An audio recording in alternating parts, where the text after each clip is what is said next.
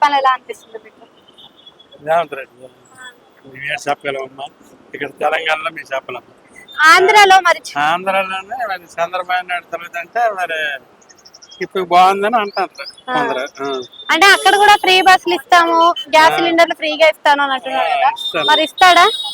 మరి గ్యాస్ వస్తున్నాడు కదా, ఆ, మరి ఫ్రీ బస్ ఇంక రాలేదు. ఆ. వచ్చిందే తెలుస్తుంది. వస్తే ఎలా ఉంటది ఫ్రీ బస్సు అక్కడ? ఫ్రీ బస్ వస్తే బాగుంటుంది. ఇప్పుడు పవన్ కళ్యాణ్ కూడా ఉన్నాడు కదా, పవన్ కళ్యాణ్ ఎలా చేస్తున్నాడు? పవన్ కళ్యాణ్ చేస్తే ముఖ్యమంత్రి చేస్తే బాగుంటుంది. బాగుంటుంది అంటే చంద్రబాబు ముఖ్యమంత్రిగా బాగాలేదా?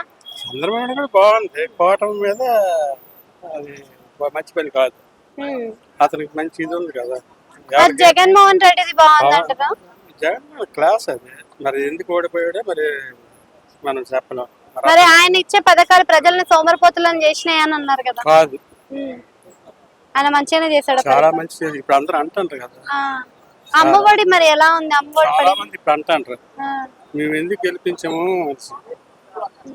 మరి అమ్మఒడి కూడా చాలా ముఖ్యమైనది కదా, మరి అమ్మఒడి పడుతుందా? రాలేదు కదా, ఇంకా రాలేదు. వచ్చేద్దా అసలు?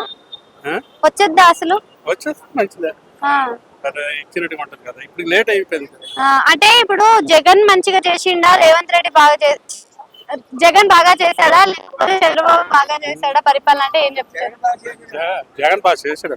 ఎవరిలో వాళ్ళకి ఇచ్చిన జగన్ నచ్చడం లేదు.